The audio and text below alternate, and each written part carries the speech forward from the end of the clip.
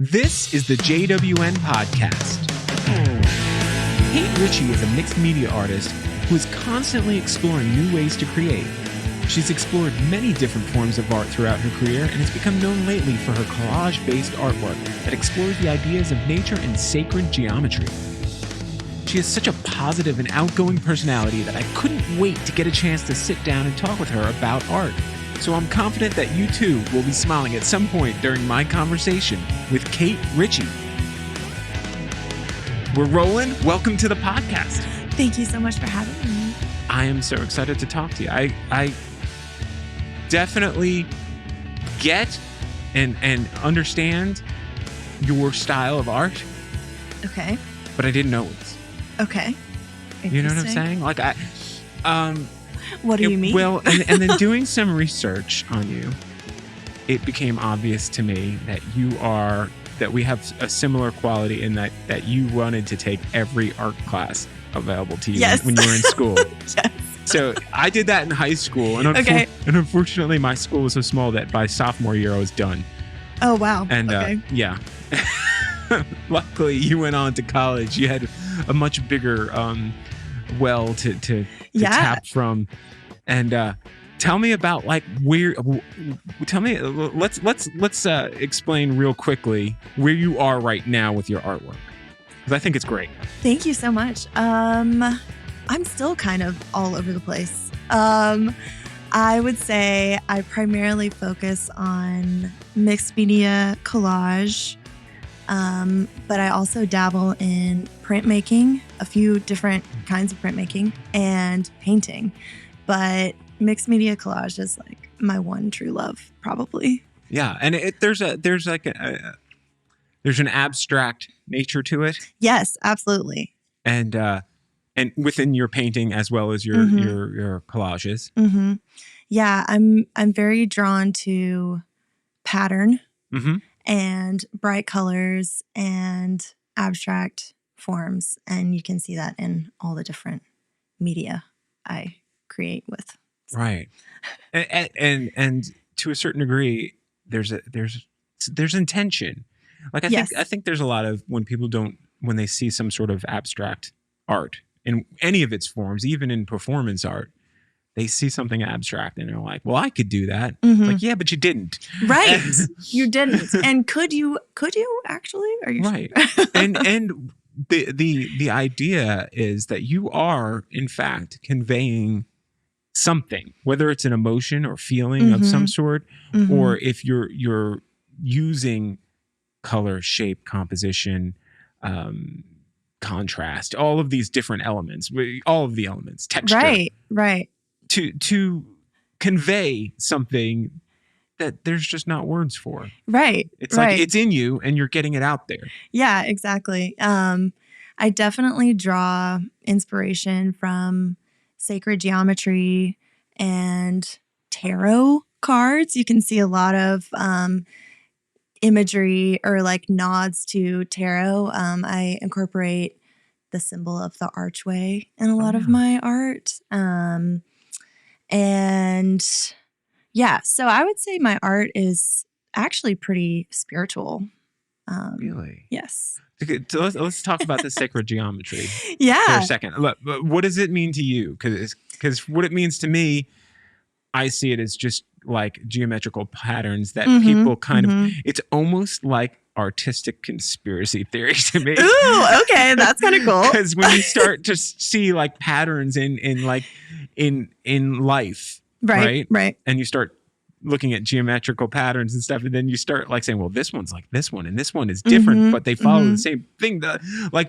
It's almost like the 6 degrees of separation between two completely separate things that exist in nature based on like geometrical patterns. Yes, I like that perspective. I mean, to me, sacred geometry is so fascinating because it shows that there's like a divine like map work to everything that occurs in nature. So that's why I think it's really beautiful, because it shows that we're all connected and there's like a logic to it that's really interesting and fascinating to me. And you can see the patterns recurring in, plants or in the ripples in the water or tree bark, things like that. And it's unifying to me. And yeah, it says that there is like a higher power that created all of this. There's like a thought process that went into it, which is really fascinating. Yeah, not so much. Well, I shouldn't say not so much. Kind of the idea of like an intelligent design. Yes, absolutely. My hang up in those terms is it design or are we part of the intelligence?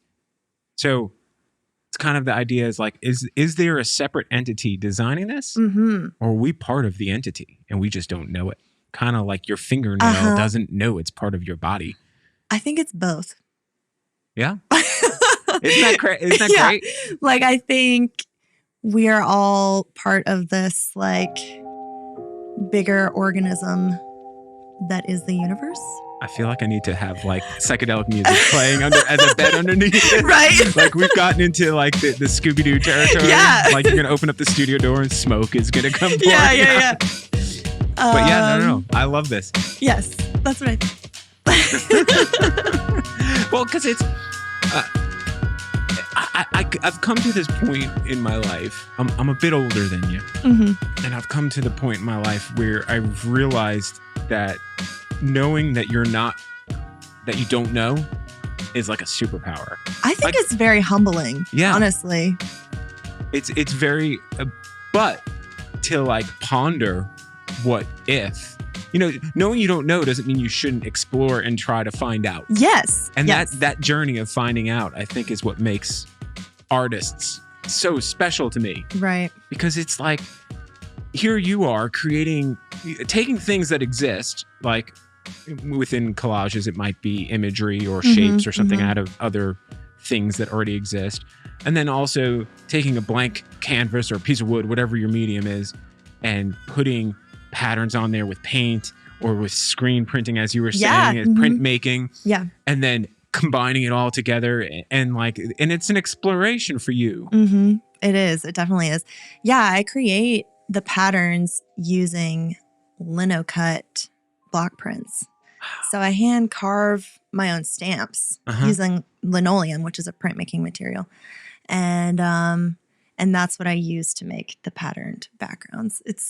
That is like one of my favorite parts of my creative process, I think, is stamping the patterns out, because the base layer is acrylic paint, and then I stamp the patterns using paint as well, and then collage on top of that. But the intention of creating the lino cut, of using that little tool, and scraping it, which tracing is it out. So fun! Oh my god, I love carving. I'm sorry. I just love carving into linoleum. It feels good. It's a satisfying feeling. Yeah, it is.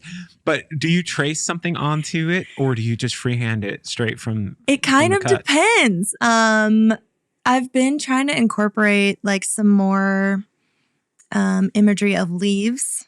So when I'm doing something like more literal, like a leaf, I will draw it out beforehand, before I carve it. But a lot of the just kind of weird abstract patterns I just freehand it. It's more intuitive. But then that's just step one. And then step two is like, I'm going to put this and multiply it onto whatever you're putting your piece on. Yeah. And then you're going to choose a color. Right. And then you're going to choose how you're going to replicate it. Or are you going to do it geometrically? Or are you going to be random? Like there's all of these decisions that you make. Right. And it seems to me like there is your intention thought out beforehand, or is it more of an intention of following a gut feeling? So when I first started pursuing art, like in a more serious professional way, that was about like a little over 2 years ago, which is crazy. I didn't really have a plan. I feel like I had been kind of suppressing this creative energy. I mean, yes, I studied art in college and loved it, but immediately after that, I started working for an art gallery. So I was like on the administrative side of things, and I stopped making art for a really long time. And but I left that job because I was like, I need to make art. What am I doing? Like, I'm an artist, you know? So when I first started, I didn't really have any intention at all. I was just creating for the sake of creating, just because it felt so good to make art again. Yeah. And so when I first started out, it was like just very intuitive. And I would often work on multiple pieces at once. So Really? so I like to work on cradled birchwood panel. Okay. Because it's just easier to stamp onto, and it holds resin better as well, which is like the final layer of my pieces. But so what I would often do is like have 4 or 5 laid out in front of me at the same time. Like all the backgrounds were painted different colors, and then I would stamp different patterns on all of them. And then as I was creating these collages, I would just it was kind of meditative, like flip through all these different magazines, mostly National Geographic, because they have the best images, and just cut things out as they jumped out at me or resonated with me. And then it was just more intuitive, just thinking about like, okay, well, like this really cool image of a cheetah looks great on this green background, you know, or like this really cool flamingo looks great on this gold background, you know. And I would just try out different compositions on different backgrounds until I ended up settling on the one I thought looked the best. So when I first started, it was like very chaotic and more intuitive. But one of my goals this year is to be much more intentional about the compositions and and the imagery I use. So that was a long-winded answer. No. I like it because it is a and forgive me if this is not like a backhanded compliment. There's a childlike creativity. No, I love that. To your artwork. There's like this exploration. Yeah. But it's also refined because you are trained. Right. You know what you're doing. So it's not like I'm not talking about like something like a kindergartner would come home from school. Right. It's playful. It's very playful. It's that feeling like when you were a kid in school. I imagine if you were one of the more artistic people out there, when you got to like class as a kid and it was like art class time. Like it was so much, you look forward to it. Oh my God. So much fun. Yeah. Best time of the day was art class. And sometimes they give you instruction and you'd listen, and sometimes they give you instruction and you were doing what you want to do. Right. Yeah. As long as it was using whatever materials were in front of it, you learn pretty quickly. Like there's no like, oh, you did art wrong. Right. Exactly. It's the one like subject in school where the only way you could fail is just for not showing up. Right. Or like leaving your canvas white, you know? Yeah. But even then, it can be conceptual. Right. I am a blank slate. Right. I am this is my childhood. It's just a blank canvas waiting for everybody else. Everybody else in the room, would you like to add to my canvas and do my work for me? I mean, contribute to my piece. Right. Exactly. But yeah, no, I think that I take that as a compliment. I think my art is very playful and expressive, and that's because I think my personality is like that, you know? Excellent. I've always been a very playful and like silly person. And I even dress that way a lot of the time. Like oftentimes I match my art, like wearing crazy bright colors and patterns. But yeah, I take that as a compliment. It's fun too, because back, I think it was in 2019, pre-COVID times. 20 years ago. God, that's what it feels like. I was, doing a lot of art markets in the Charleston scene, and it was so fun connecting with kids. Kids connect with my art. Because people bring their kids to farmers markets or whatever, and it was so fun, like connecting with them through my work and seeing what they were drawn to. Right. Well, and it's definitely all art is about connection. Yeah. To me, for me, absolutely. And when you put yourself out there in such a way, like I think when you show up to a farmer's market, for instance, as you mentioned, you're not really expecting to see art. You know what I'm saying? Right. And so when it kind of hits you and the person's standing right there and you're like, you find yourself giving it a second look and a third look and you're like, this is interesting. And then the person's there to talk to. Yeah. And yeah, what a cool thing to find that, like, oh, little kids are breaking down and just talking to a stranger. Resonating with it. Yeah. Yeah, because they're like, this is something I can relate to. Yeah. Yeah. It's cool. Oh, yeah. It's fun. So when you started doing art early on, what did it look like? What were your as a kid? Or when you started to take it seriously, maybe in high school or something, when you got that validation, you're like, I want to do this. Yeah. Wow. Man, I feel like I've been making art my whole life. My parents have always been so supportive of it, which feels amazing. But I've always gone through phases of like different mediums that I like to work with. Like in middle school, I went through a phase of like making duct tape wallets and duct tape purses and selling them to my classmates. And then I went through a big phase of making jewelry. And for a while, I was really into pottery, throwing on the wheel. But I would say the consistent thing through everything I've made is color. Everything has been very colorful. Interesting. Like even in college, when I had to take painting 101 and we were painting self-portraits. My self-portrait, yes, it looked like me to a point. But the color palette was like a rainbow, basically. I used a lot of different colors to convey skin tones, Which skin tones are. Which they are. There are lots of colors, yeah. I think you can tell, too, when people start to see the extremes of colors in their artwork, because they will do, like you said, they'll draw a human figure, but you'll see blues and reds and greens and things like that in something that you might not perceive that way. But if you actually pay attention, I'm staring at you right now. I can see the reflections of things on your face.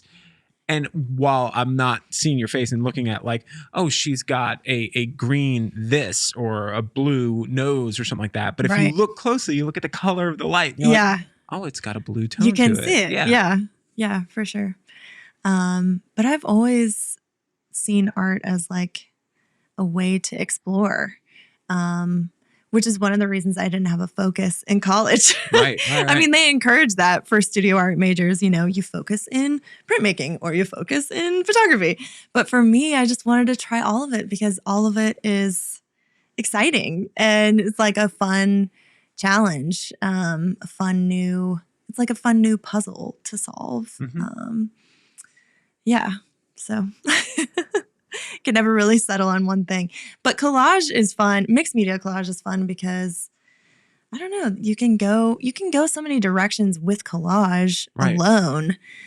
Just with like if you're cutting out literal images or if you're making your own images with just, like swatches of color that you find in a magazine or something. So the possibilities are really endless with collage, which is really appealing to me too. Yeah, and it's definitely an art form that people look at and kind of like any abstract art, and they're like, I could do that. Right. And I think people miss anybody could do any type of art, right? Or write music. You know what I'm saying? It's. But did you do it the way she did it? Did you make the decisions that were made there? And what was the point of doing it? Where you clearly are letting your like inner light shine through your work. Thank you so much. Oh my gosh, it's a great compliment. Well, no, because it becomes quite obvious when you just from looking through your portfolio, but then also your social media presence is a lot of positive energy and a lot of positive output. Yeah, you seem like somebody who is just not going to be the downer at any given Thank moment. you. You're not bringing down people. Yeah, I try. I mean, I would say I'm just naturally a very positive and optimistic person. So, yeah, And I'm glad that comes through in my work. So when you first started going on your own professionally, what was that like for you? How was it? Terrifying. Scary? Yeah. Terrifying. Yeah, I really loved working for the art gallery. I feel like, working on the administrative side of things definitely made me a better artist. I learned a lot about how to market art and how to connect with your audience and things like that. But yeah, it felt like a huge leap of faith, like into the unknown, basically. Right. When I decided to leave my day job to pursue this as a profession, I was like, oh my God, what's happening? But I just, I started out working in the spare room of my apartment and I was like, okay, I'm going to wake up every day and I'm going to make a piece of art and I'm going to post about it on Instagram. And I'm not going to have like a finished goal in mind. I'm because you just got to start, honestly. I think a lot of people get so hung up on like thinking about the end goal that they don't even start. So get ready to get ready. Right. Yeah. So I really tried to approach it in a playful way.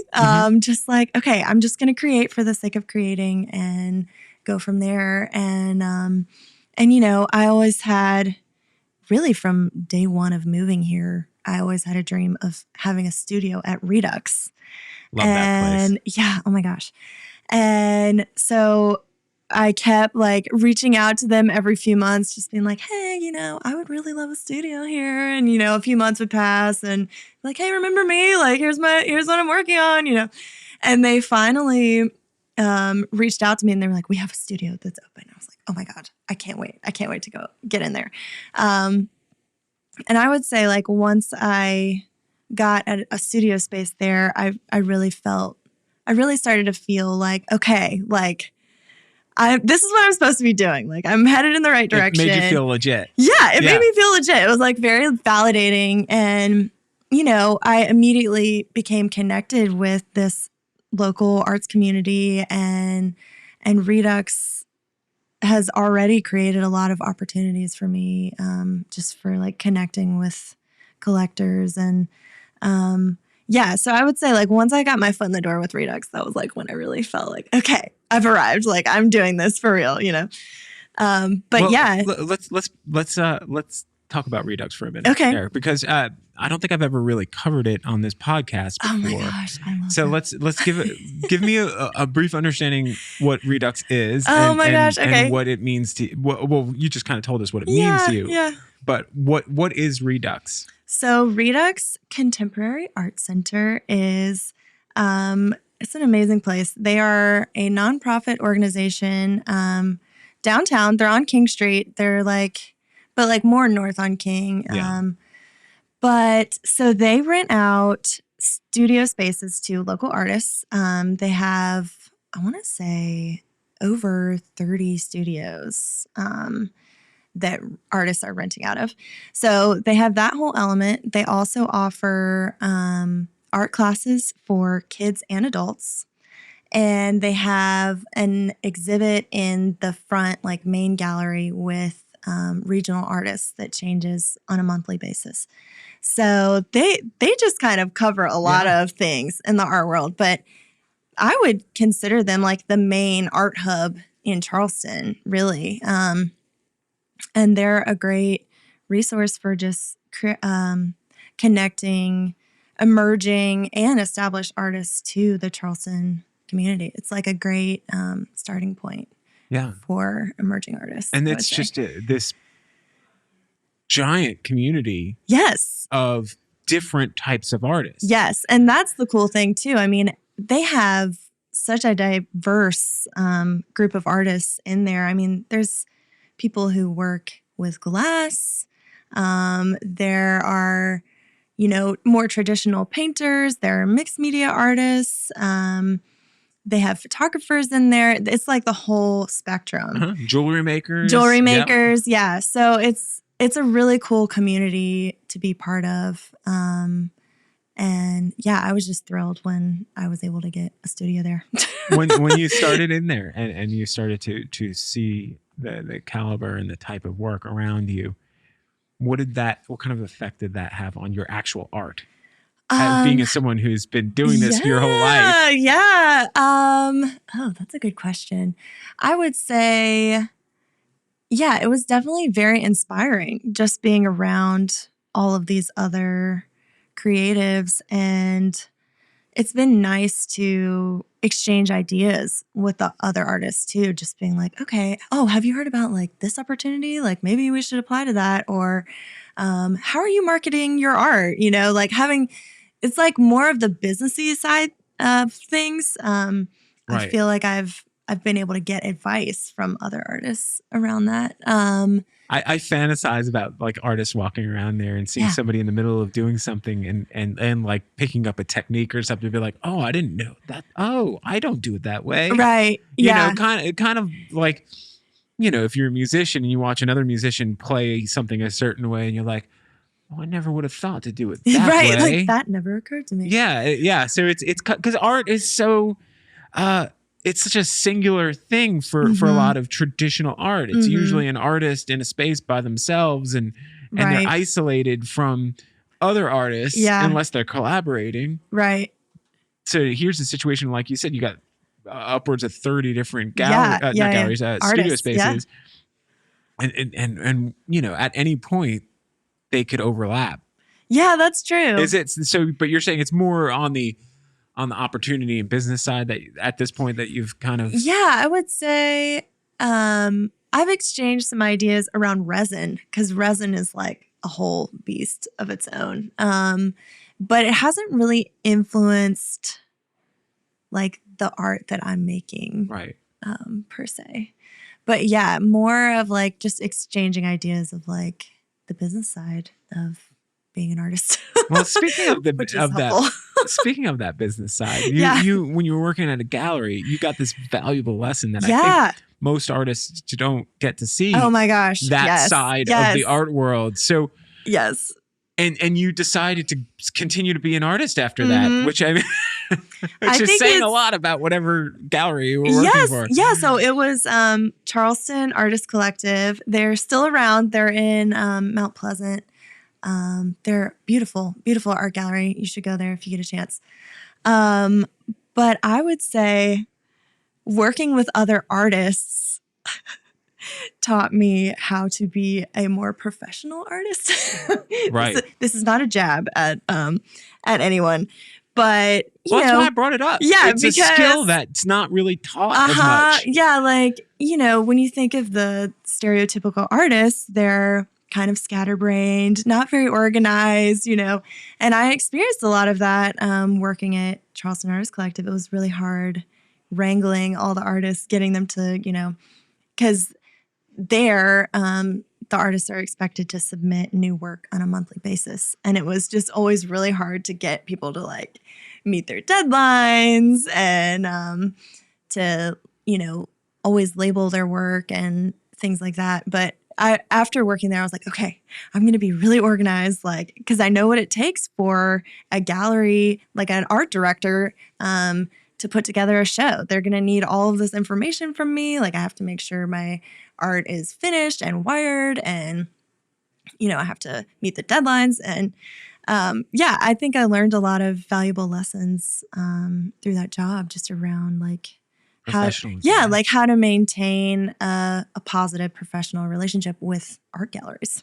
Well, it's so I can relate to the attitude of a for lack of a better term, like an unprofessional right artist. I can relate to that because I remember, years ago when I was a musician and that was like my life, there was nothing you could tell me about the business of music that I cared to hear about. Uh-huh. You know what I'm saying? Like you just wanted to make music. I just wanted to write, Right. perform, record music. That's all I cared about. Mm-hmm. And you told me like, oh, we gotta put out this thing, and here's the timing, and the minute you started like, strategizing, I was checked out. Your mind I'm like, just down. stop. I don't. At that time in my life. So I remember clearly like the dread and the just the repulsion to anything mixing the business with the art form. I know, it's like a necessary evil. Yeah, but you've been lucky enough to be exposed at an early part of your career. Yes. To that. So yeah. I am really grateful for that experience. And I think it separates a lot of artists, like a lot of great artists that will never ever know about or never see their work because they never were able to either align with somebody that had enough business sense to get their work out there or do it themselves. Yeah. Yeah. I mean, yeah, because in this day and age, if you're trying to make it as a professional artist, like you need a website with good quality images. You need to know how to price your work. You need to know how to market yourself. And I know that doesn't come naturally to a lot of people. No. Yeah. It's like a whole other skill set. I don't know how, I mean, you obviously have been in a school environment a lot closer to now than I have been. Are they teaching the business? They're starting to more. So I minored in arts management at College of Charleston. So they actually do have a very good arts management program there. And I think in my last year there, they had just introduced a senior thesis class for studio art majors where they took you through like how to write an artist statement, how to write a CV, how to properly hang your art, things like that. So I think they are trying to prepare artists more for like the business side of things. But that is kind of like a newer concept, I think. Well, think about it. How much, if you're going to a school and they send you out into the wild and it's like, all right, be an artist. And you're I mean, I know how to paint something, but it would be in these schools' best interests to tell you how to make money and responsibly so that you can make your payments on your student loan. Exactly. That is the ideal situation. Well, yeah. I mean, it makes sense to me, but I feel like there's a separation, especially in artists from that, from an early age. Those two things just don't mix. And I don't know why.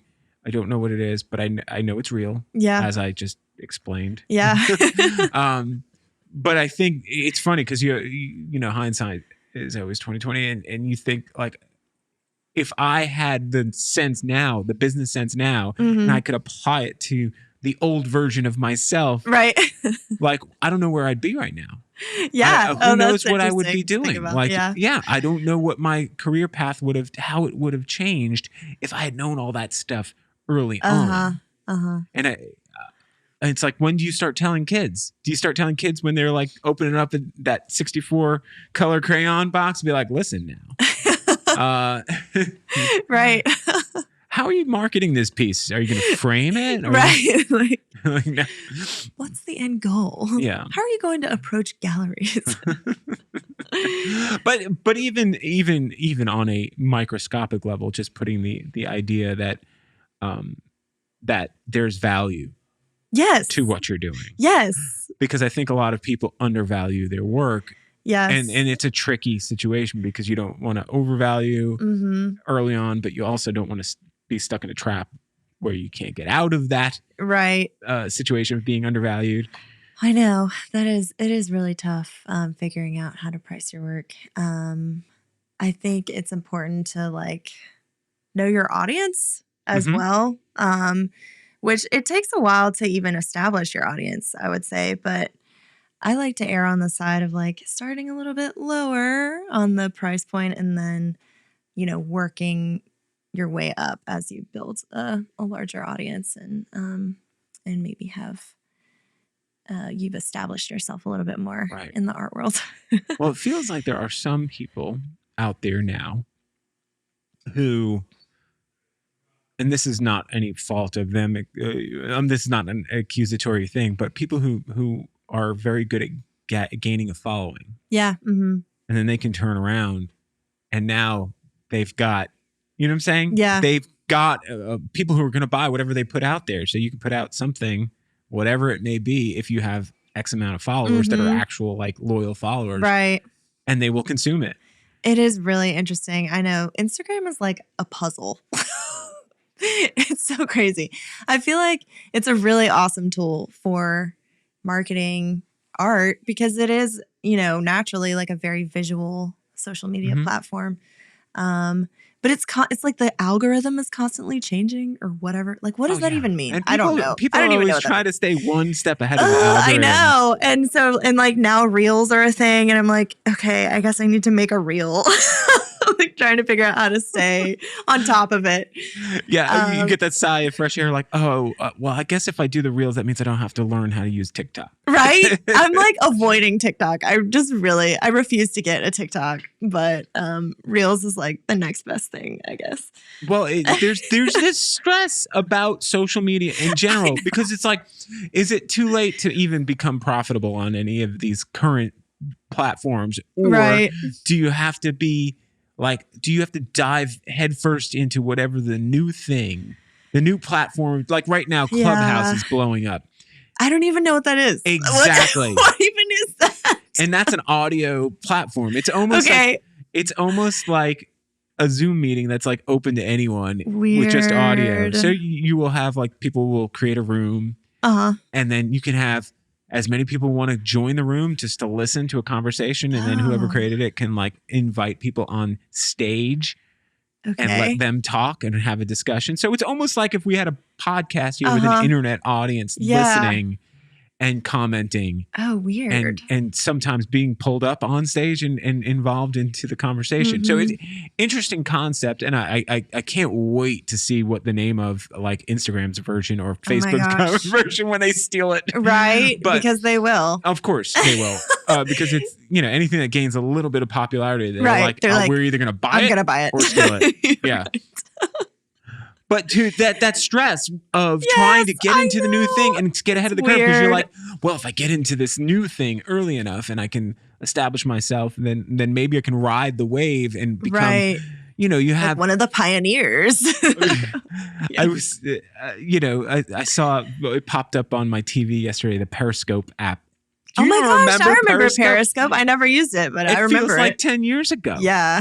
And it was hot. It was hot for a second. Yeah. The short form videos, which kind of like led into, I guess, into Snapchat. Kind of took over that thunder, and then Instagram just destroyed Snapchat. Right. And Vines was a thing too. Oh my gosh. Remember Vines? It seems so long But do you see how stressful this is? Yes. Like you have to be on top of these things. But there are people that like made a living in that short period that Vines were a thing. I know. There were people who became like Vine famous, Vine stars. It's so weird. And so they had to ride that and they had to carry it over to a different platform and convince all of their like, hey, come follow me on this other thing now because this one no one's coming to anymore. Right. I know. But like as an artist, that's so tricky because I'm like, what could I share? Well, I think the first thing you said, though, the most important thing is having your own websites, having something you control. Yes. Because have your own website. Yes. All of these platforms, they seem to come and go. They mean, do. Facebook has been around for a while, but I know. Facebook just feels like Reddit now. It's just like people having passive aggressive arguments and sharing memes, basically. And that's like it. At least that's my Facebook feed. I don't know. Facebook to me seems like old school Thanksgiving when you go back to the town you grew up in and all the people that you went to school with are there and all of people your you don't want to see. Yeah. You go out to a bar like the night before Thanksgiving and it's like every high school person you never want to see again and they are there and they're having political arguments. Yeah. And you find out that they like the most awful things and you're like, of course you do. You were a dick then. Now I know why. I know. Yeah, it's so annoying. Yeah. But for Instagram, I'm like, okay, the main things I like to post are obviously images of my work, but also I'm trying to do like more behind the scenes videos of like me creating a piece, like the actual creative process behind it. Because it's interesting, like a lot of the time people see my mixed media collage pieces and they're like, what is this? Like, what is the medium? Like, how did you make this? I don't understand. So the videos are just like a fun way to show people, my process. It's nice to see. I watched like a time lapse of you that you just recently posted of you creating a collage. But it's interesting to see like the decisions and all of the steps it takes for you to get, not all of the steps, but most of the steps, the meat and potatoes, right, of the steps of you creating this piece of artwork and like watching it go from like virtually nothing to something. You know? And quickly in that term, who knows how many hours that was actually. I know. It's funny. Well, that's interesting too. Like sometimes I'll come into the studio and in 3 hours I'll have completed a piece. And then other days it takes me like a week to finish one. And I haven't really figured out a rhyme or reason to that. I don't know. Each one is different, but it is funny how like some of those you just like get them immediately. And you're like, oh, yes, solved it. I solved the puzzle. So when you're creating one of these pieces, and you show up at your studio. You're like, the light is switched on. I'm going to go create something. I'm going to work. What's the environment like? Do you have music playing? Oh, yeah, definitely. I really like, well, it kind of depends on my mood, but if I'm trying to like really zone out, I love like weird synthy kind of music. I really like Tycho a lot, if you're familiar with him. So a lot of the time I'll put Tycho radio on and just like totally zone out. And then it kind of becomes like a meditative thing, like flipping through all the magazines. I have like insane amounts of magazines in my studio. I'm just like flipping through magazines. If I'm looking for a specific image, which with this new Zodiac collage series I'm doing, I am trying to be like much more intentional with the imagery I use. So it took me like 2 weeks to find an image of a freaking ram for the Aries Zodiac sign. I was like, where is it? I need a ram. But yeah, so I'll be like flipping through magazines and then it's like creative chaos everywhere. There's just like magazines all over my table, all over the floor. There's like magazine clippings like in my hair, on the floor, everywhere. So hold on a second. Let me pause for a second. Let me pause in the middle of this chaos. Yes. Have you ever gotten to the point where you're like, damn it, I'm just going to Google it and print it out? No, I have not. Is that a law? Is that like a rule that you have? That's one of my rules, actually. Yeah, that's one of my rules is I want to organically find it. Which is one of the reasons I haven't made a few of the Zodiac signs yet, because I'm like still searching for those damn images. But yeah, there's something, it's kind of like a scavenger hunt. There's something like really satisfying about finding that perfect image and then getting to incorporate it in my work. Yeah, so I refuse to print things out. So do you have pieces that you look at right now in hindsight that the meaning changed? Like in other words, you went into it and you were like, okay, I'm going to create this thing. I'm feeling this emotion right now. I'm feeling blue right now. So I'm going to create this thing. And then like, a year later you look at that and you're like, oh, this is much deeper than what I thought. Or this was like an opposite reaction than I thought, or something along those lines. Well, maybe not quite that literal. I think when I was first starting to create, just for the sake of creating, I didn't really realize that I was incorporating sacred geometry or imagery of tarot cards in my work until people started seeing it and saying like, oh, this looks like sacred geometry, or oh wow, you're using like a lot of really cool like symbolism here. Are you inspired by tarot cards? And I'm like, I mean, I guess I was doing this on a subconscious level. So that's I wasn't, interesting. But now I am. Yes, right. Like, so in that sense, it's interesting to look back on my, like now that I'm aware of it. Yeah. It's interesting to look back on my earliest pieces, from a couple years ago when I started doing this, and being like, oh, duh, Kate. Like, of course you were doing that, Yeah. So that's really interesting. It is cool how art can, I don't know, it like takes on a mind of its own, or it's kind of like a window into your subconscious. And sometimes like a mirror. Yeah. Sometimes you're seeing something that other people aren't seeing. Right. And you're experiencing it on your own, wherever you are at that time. Yeah. Which is a lot of the reason why I like certain types of abstract work, simply because, you might look at something and not like it. Right. And then another day you're in a certain way about yourself and you're like, this is exactly what I feel right now. And then you all of a sudden have a new appreciation and you love it. Yeah. Yeah. I would say there's only like one or two pieces I've made that I'm like, feel kind of meh about. But most of them I love. I love all of them. Because they're your children.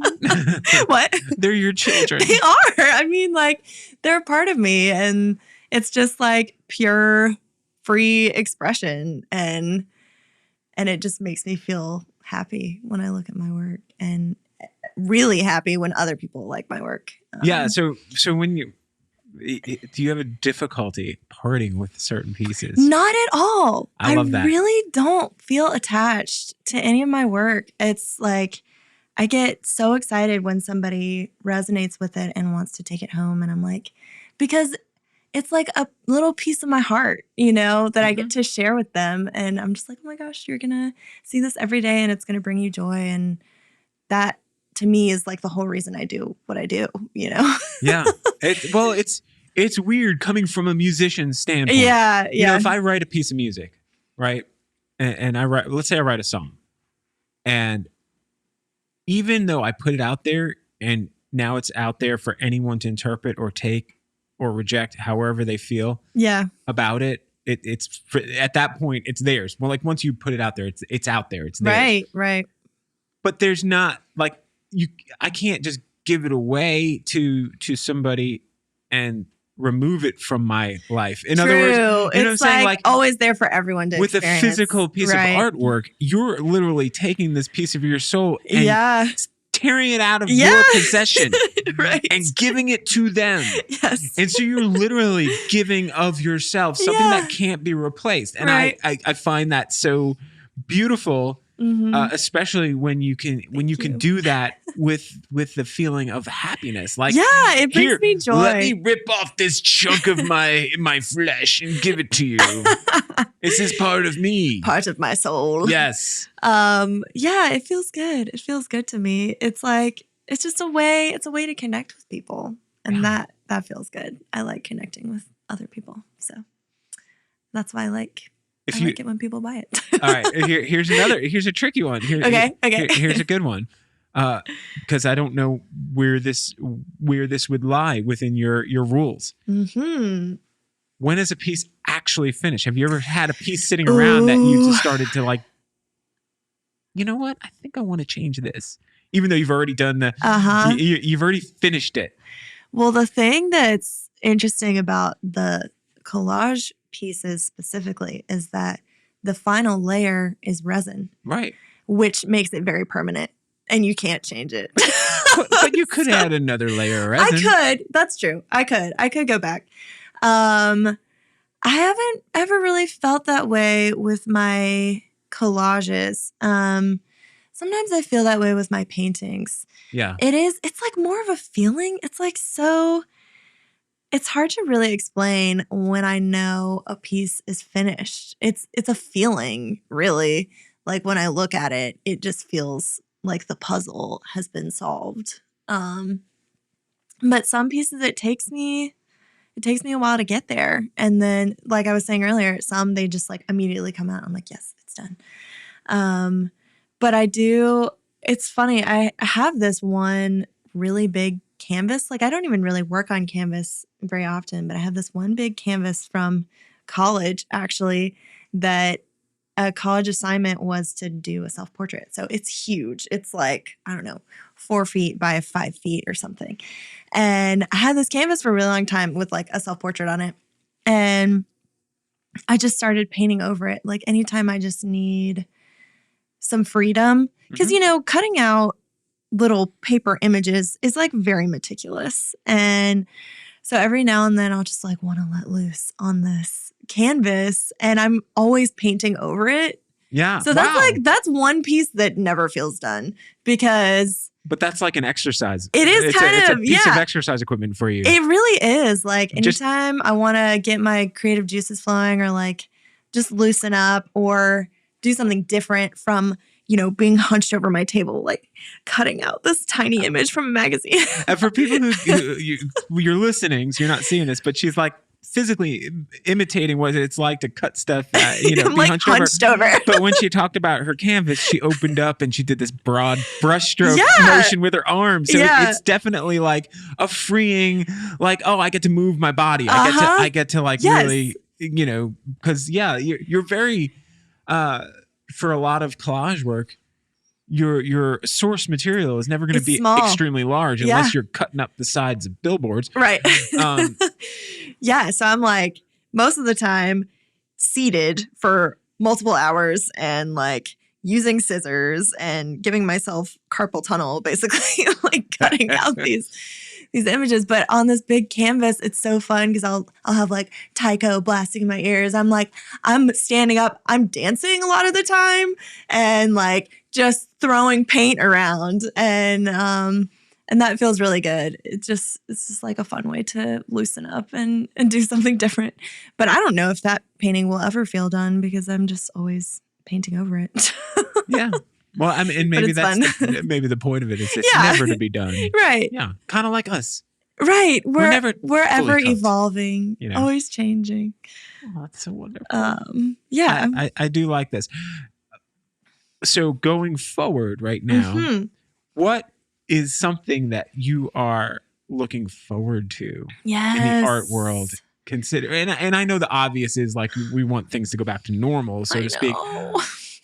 But at the same time, there are things to be look done. Forward to. Yeah.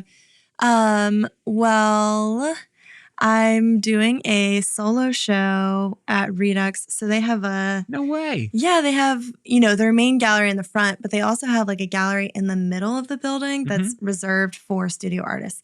So I'm signed up to do a solo show for that middle gallery. It's called Gallery 1056 in September, which I'm really, really looking forward to. That seems so far away, but it's going to be here before we know it. Oh, yeah.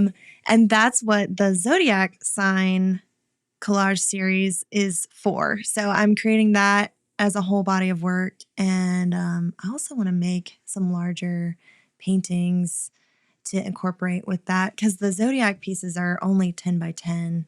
So I want like some big statement pieces in there too. But I have not figured out what they're going to be.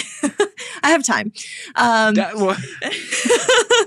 like the juxtaposition. It's coming up quicker than you think. But and then I don't know. 5 seconds later, I got time. Like, I have no idea what I'm going to do. So I'm really looking forward to that. It feels really exciting to have like a deadline to work towards. And it's just going to be my show, which I've never had a solo show before. So that's kind of a big deal. Yeah. And I'm really hoping we're going to do another art festival at Tradesman. Oh, yeah. Fingers crossed. I've got to get them in here because. Oh, my gosh, yes. Because what they've been doing, they kind of stepped up at a time of need. It's really, it was, that festival was just amazing. You're referring to the Love of Art Festival. Yes. That was kind of, I guess, Chad. Yeah, Chad Dyer had the idea, and he brought me and Julie Glass, another local artist, on to help him organize it. And it just ended up being the most amazing day. It was like just so wonderful to connect with all the other local artists and to reconnect with the community. I mean, COVID has been so isolating for everyone, but especially for the arts community, I would say. So that event, it felt like a reunion in a lot of ways. And it felt like a divine intervention to a lot of our lives. oh my God. Like the day couldn't have been more perfect. Like the weather was incredible. It was mid-December, but somehow it was 70 degrees and sunny, which is like, what? That was so crazy. And, the turnout was amazing. And so like, we're still having some meetings with tradesmen around like, future events we can organize with them. So I'm looking forward to having more of those conversations and hopefully having another art festival. Well, I was soon. talking to Vic. Yeah, who was at that. I listened to that episode. He was at that, and we were talking. He's looking for maybe trying to do a solo show before he moves away from Charleston. Yeah. And I was like, you got to contact tradesmen. I They know. seem like the place to do it these days, as far as they have a safe place to do it. It feels very COVID friendly. Yeah, because they have that huge like parking lot space. Yeah, the majority of the brewery is experienced outdoors. Yes, absolutely. Yeah. They have a tiny little tasting room. But I know, but most of it's outside. Seating, yeah, and part of it's covered, and then most of it is just open air. And they have been doing like smaller art markets on their own too, where they have like 4 or 5 local artists, I think, do pop-ups there. But I think it's great. I think it's great that one of the breweries has latched on to this community. It's about damn time. Right. Seriously. Well, support the arts, like, guys. Holy City has definitely supported the arts by bringing in artists to do all the mural work, like Sean Williams and Patch Whiskey and people like that. That's really cool. But this is like, this is just a great timing on their part to see a need and fill it. And it was, I would say, For the Love of Art Festival was unique in that it was only artists. Mm-hmm. The vendors were only artists. Usually when you go to a market, it's artisans, like people who make jewelry or coasters crafty or more crafty things, which there's nothing wrong with that. That's amazing. Here's my CBD gummies. And right. Like, I mean, that's cool. Yeah. I like that. But this felt so special because it was just artists. And it felt curated. It felt definitely like there was a certain level of artist that was represented there, and it was perfect in every way. The intention was to have like a very diverse group of styles and, from like emerging to more established. And I think we successfully did that. And I hope we get to do it again. Yeah. Because it was really fun. Yeah. I'm excited. That day felt it was one of the bright spots. That's how I felt. Socially. Yes. Over the last year. It was like one of those type of moments where it felt like the stars aligned. All the people I haven't been able to see. I know. In a group setting in a year. I saw so many people I hadn't seen in a long time at that event. And it really was. It was just like a magical day. Oh, yeah. And I met I got to introduce to so many different artists. That was a goal of ours too, I think, was like, we really want to reconnect the arts community with Charleston. I feel like honestly, over the 10 years I've lived here, it seems like the underground arts community has become like more diminished. There's, there used to be like King Dusko and Pulp and, more kind of alternative artsy places downtown, but they've just all been priced out. Yeah. And it's kind of disappeared. And Purple Buffalo is still doing some really cool stuff. Definitely. But it was fun to just highlight the emerging artists scene here, because I feel like they don't really get an audience very often. Well, and I feel like all of the music, arts, all of these, this creative community of people, there's a lot of churn, but I don't mean that in a bad way. Yeah. I just mean like throughout a given year, you'll have people come to their own. You have people move away. You have people move in. That's so true. It's a very transient city. Yeah. Well, no, but that's everywhere.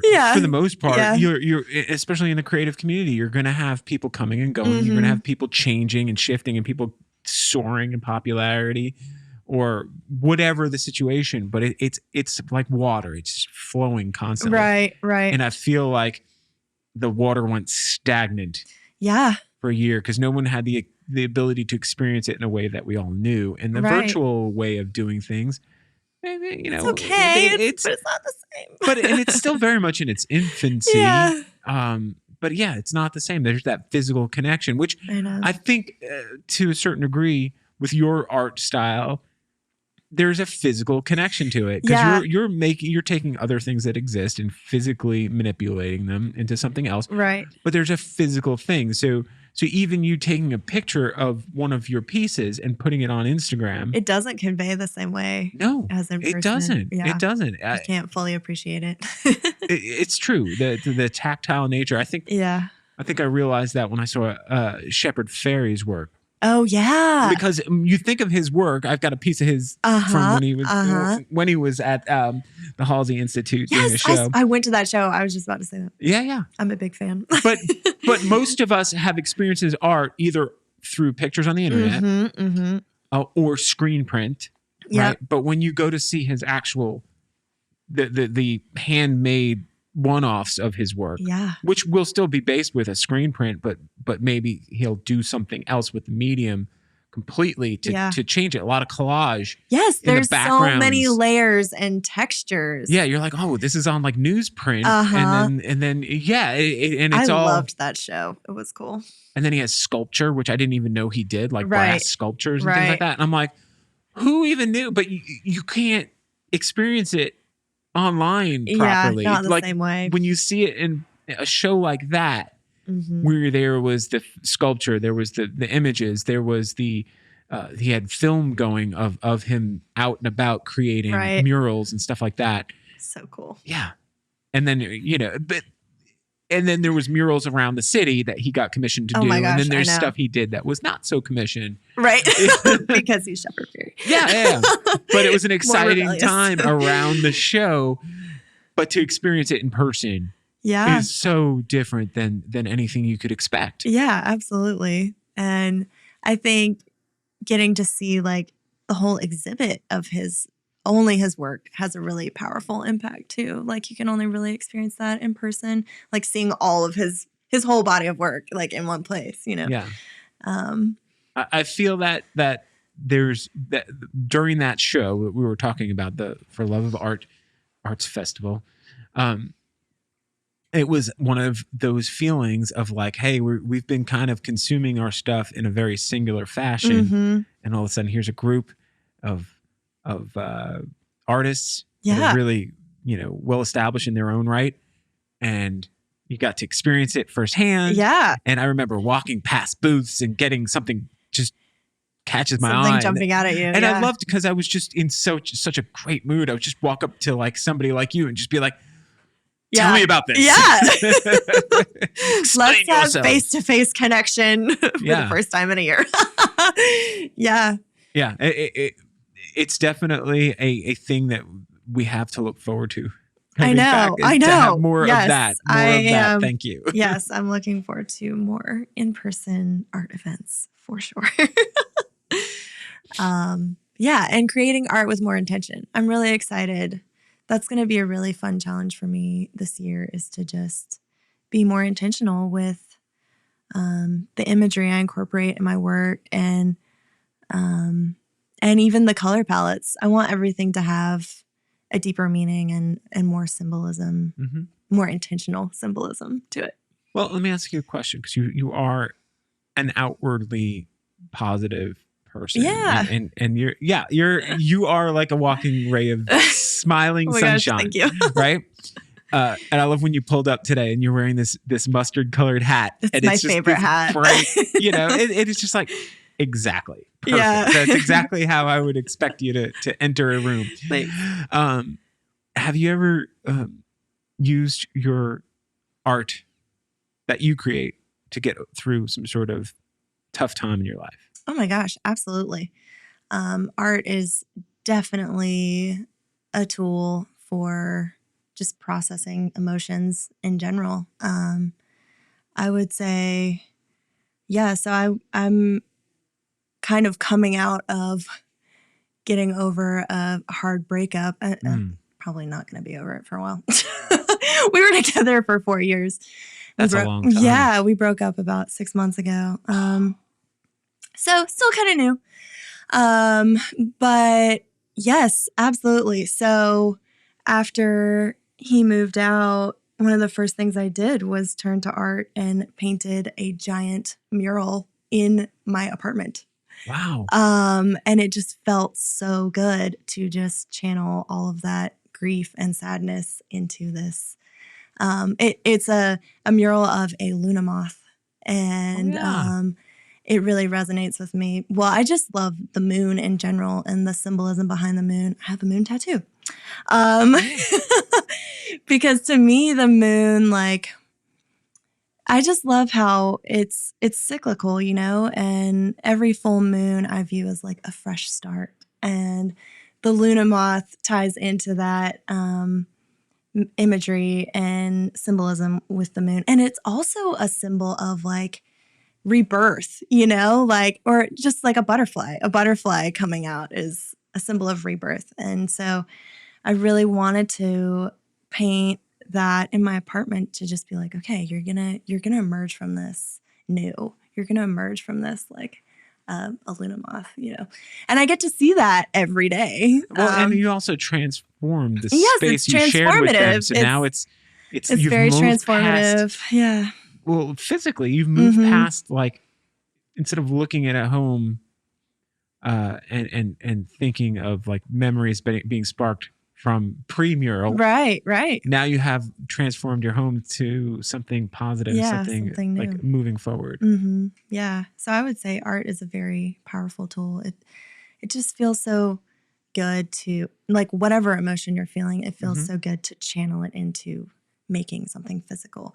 And even if, you know, for me, I err on the side of like positive imagery, but even if you make something that's like really scary or grotesque or hard to look at, it's still powerful because it's like a way to process those emotions, you know, and it's part of you. I think it's good to acknowledge those parts of yourself too. Oh yeah. Well, I definitely love when you see something that other people might find frightening, even. Yeah. And that you're drawn to it for whatever reason. And you're like, no, this is beautiful. What are you talking about? Yeah. This isn't grotesque. I think dark art or imagery is really cool too. Because we all have light and dark energy in us, you know. So yeah. Yeah. All right. Well, I think we've covered a lot of topics. Of stuff. Before we kind of finish this up, sure. I really just want to get an idea within your world of art. If you were to actually, maybe on a parallel, like in a parallel existence. Okay. A version of you took a left turn somewhere in life and went down a completely different path. Do you have a point in your life? Because I know you said, because this might not make any sense, because you said you've always had this in your life as long as you can remember this creative output or outlet. But is there a point in your life where things could have gone way different? Like career-wise? Career, just what you're into, hanging out with the right people or the wrong people, or a relationship that maybe if you had pursued further, maybe have taken you to a different place. Yeah, whoa, that's cool to think about. Oh, that's interesting. I think I've always felt like pretty connected with who I am as a person. I've always been a spiritual person. I've always been, I don't know, like I feel like I've always had a positive relationship with myself. So I think like career-wise, I could be happy. It would always have to be creative, but like maybe doing like art therapy or maybe being a chef or something. I went through a phase of like fantasizing about being a chef because I really like to cook as well. Yeah. But I think it would, no matter what, I would be doing something creative because I've just always been a very creative person, and I've always enjoyed exploring and traveling too. I love to travel. Actually, you know what? I could see myself really living in Europe, honestly. I've always had a fantasy about living in Europe. But yeah, I feel like I am where I'm supposed to be, honestly. I feel like, every experience you have has led up to this point where you are now. Yeah. And I think I am right where I'm supposed to be. I'm going to be honest with you. That's a very selfish question for me to ask. Okay. Because I've taken that turn in my life. Okay. Mm-hmm. And I feel the draw of that creative spirit is always tugging at me. Mm-hmm. In other words, there's like this emptiness Mm-hmm. that you have to fill creatively. Right. And even when you take those turns and you find yourself in a situation, you're like, how, kind of like a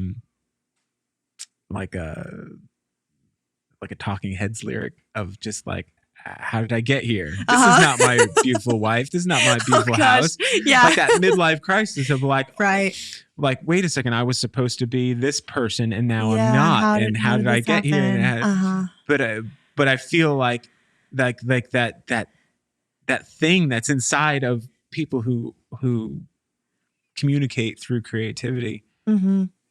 won't let you ever rest. It won't let you ever be. It'll still find its way. So I like the way you answered it. You're like, no matter what I did, I would be doing something like this. I think so. Yeah. And that's kind of what I gathered from your answer. Like you would still be doing some degree of what you're doing now. Something creative. Even if it looks slightly different. Yeah. I think that's even fair. if it has a European architecture behind it. Which that might still happen. I have a fantasy of like, I don't know, going abroad for 6 months to a year or something by myself. I don't know. No, it's very doable. One day in a post-COVID world, maybe.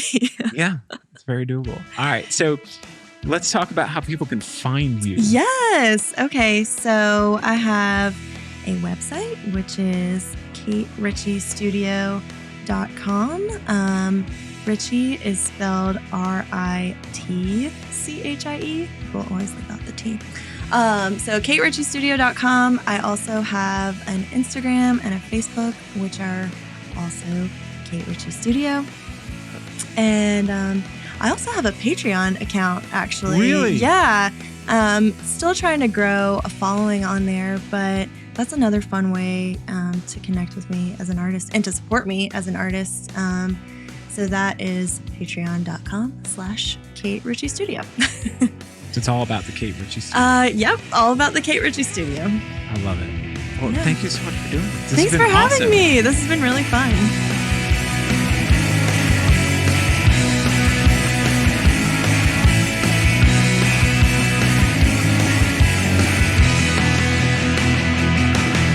Before you get going, don't forget to subscribe to the show if you haven't already. And also, you can check out more at jwnpod.com or follow me on Instagram at JoeLatex. That's at JOEL, the number 8X. Have a great day. Peace.